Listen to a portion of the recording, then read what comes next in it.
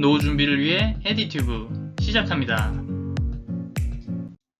오늘은 미국 주식 투자의 단점과 대응법에 대해서 알아보겠습니다.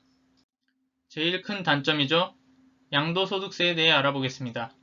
양도소득세란 매수, 매도 시세 차익에 붙는 소득입니다. 국내 주식은 현재 비과세인데 반해 미국 주식은 22%의 양도소득세가 있습니다. 대신 연간 250만원은 공제해줍니다. 예를 들어서 1000만원어치 애플 주식을 샀는데 6개월 후에 1500만원으로 상승했고 그때 모두 매도했다면 500만원의 양도소득이 발생합니다. 그 500만원에서 기본 공제인 250만원을 제하고 남은 250만원에 22%의 양도소득세를 떼어갑니다. 자산이 커질수록 250만원의 공제는 별게 아니게 됩니다. 그래서 간단히 양도차익의 22%의 세금을 떼어간다라고 생각하면 됩니다. 국내 주식이 비과세인데 비해 꽤나 단점으로 생각됩니다. 하지만 안정성과 수익률이 미국 주식이 더 좋을 것으로 판단되므로 미국 주식을 택했습니다. 참고로 국내 주식 양도소득세도 2023년부터 변경되니 국내 주식에 투자하시는 분들은 참고해주세요. 양도소득세 신고는 증권사에서 대행해주니 시기에 맞춰 신청만 하면 되겠습니다. 꼭 증권사를 통해서 하는 게 좋습니다. 왜냐하면 양도소득을 계산하는 게 쉽지 않기 때문입니다. 해당 주식을 매도한 날짜에 환율을 고려해서 양도소득이 계산되고 울타기나 불타기를 했다면 평단가가 아닌 선입선출, 즉 먼저 산 주식을 먼저 팔았다고 생각해서 양도소득을 계산합니다. 그러니 꼭 증권사를 통해서 하시길 바라겠습니다. 양도소득세를 산정하는 기간에 유의해야 합니다. 결제일까지 T+4일이므로 1월 1일에서 12월 31일까지가 아닌 전년도 12월 29일에서 올해 12월 28일까지가 양도소득세 산정기간입니다. 손실과 이등을 상계해서 양도세를 줄이고자 하거나 250만원 공제를 받기 위해 연말에 매도한다면 반드시 날짜를 확인해야 합니다. 양도세에는 인간이라서 발생하는 문제가 있습니다.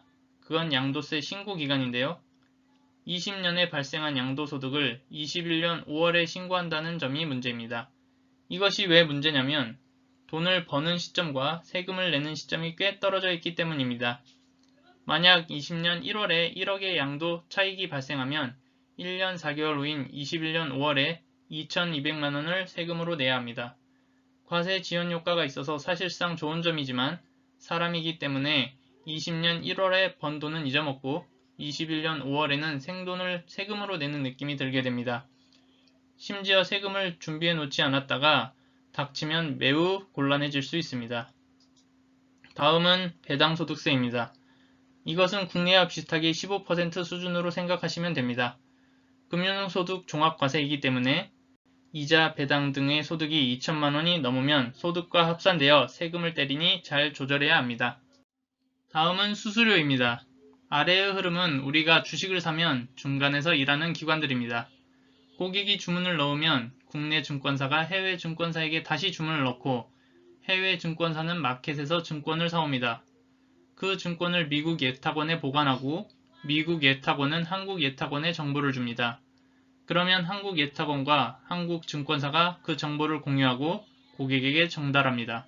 엄청 복잡하죠? 중간에 일꾼들이 많아서 수수료가 많은 편입니다. 키움증권 기준으로 매수 매도 시 각각 0.1%이고 환전 시 수수료도 있습니다. 매수 매도 시 총 0.2%인데 350번 정도 아무 이득 없이 거래를 반복하면 자산이 반토막 납니다. 가랑비에 속옷 젖는 셈이죠. 거래세는 매우 작아서 무시하셔도 됩니다. 국내와 비교하면 매수 매도 수수료는 매우 큰 편입니다. 심지어 국내 주식은 매수 매도 수수료 무료 이벤트도 자주 하는 편입니다. 하지만 국내 주식은 증권 거래세가 매도 시 발생해서 부담이 있는 편입니다. 0.25%로 280번 매도하면 자산이 반토막 납니다. 애초에 미국 주식이든 국내 주식이든 단타보다는 장투를 목적으로 하기 때문에 수수료는 큰 단점이 아니라고 생각됩니다. 여튼 매수 매도를 많이 하지 않고 장기 투자를 하는 게 우리의 목표입니다. 다음은 양날의 검 환차익 환차손입니다. 만약 여윳돈으로만 투자를 한다면 오히려 장점이라고 할 수 있습니다. 미국 주식을 해야 하는 6가지 이유에서도 말했지만 달러는 기축동화로 원화보다 위기에 강합니다. 달러 원 환율 그래프에서 보듯 위기 때마다 환율이 치솟는 걸 볼 수 있습니다. IMF 때 2에서 3배 올랐고요. 금융위기 때도 50% 이상 오른 것을 볼 수 있습니다. 우리의 위기뿐만 아니라 미국발 위기조차 그랬습니다. 그리고 역사적으로 달러의 가치보다 원화의 가치가 더 빨리 훼손되었습니다.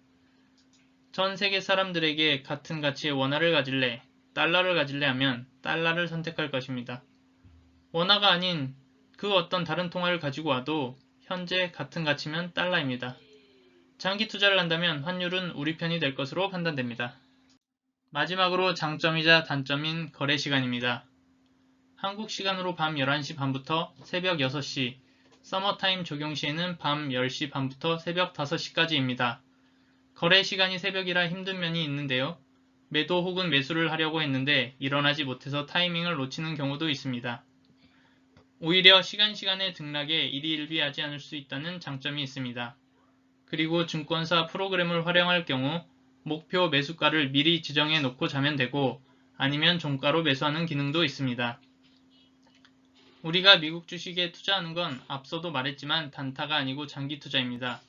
하루나 이틀 차이에 손익에 연연하지 않는 투자를 위해 노력해야겠습니다.